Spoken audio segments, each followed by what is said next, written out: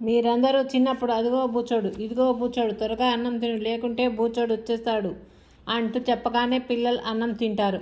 నిద్రపో అని చెప్పినప్పుడు నిద్రపోకుంటే అదిగో బూచోడు చూడు చూడు నల్లగా మన వైపే చూస్తున్నాడు అంటూ చీకటిని చూపించి త్వరగా నిద్రపో అంటూ పిల్లలకు చెప్తారు. అలాంటి బూచోడు ఉన్నాడో లేడో కానీ ఇప్పటి కాలంలో టీవీలు, సెల్ ఫోన్లు, ల్యాప్టాప్లు, కంప్యూటర్స్ మన పిల్లల జీవితంలోనూ పెద్దల జీవితంలోనూ బూచోడులాగా అందరినీ భయపెడుతున్నాయి. ఎవరికి సరిగ్గా నిద్ర ఉండడం లేదు. ఎప్పుడూ ఏదో ఒక సౌండ్ పొల్యూషన్. ఇంట్లో ప్రతి ఒక్కరి చేతిలో సెల్లులు ఉండడంతో అప్పట్లాగా టీవీలలో ప్రోగ్రామ్స్ చూడవలసిన అవసరం లేకపోవడం.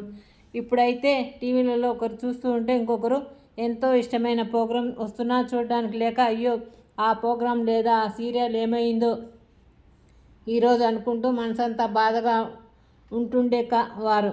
ఆ కాలం పోయింది. ఎవరికి కావాల్సిన ప్రోగ్రాం సెల్లులో నెట్ పుణ్యమా అని చూడగలుగుతున్నారు. అవన్నీ కాన్రా అని బూచోడు పనులు కావా? దాంతో పిల్లల్లో ఆటపాటలు లేవు, బాడీకి సరైన ఎక్సర్సైజ్ లేదు.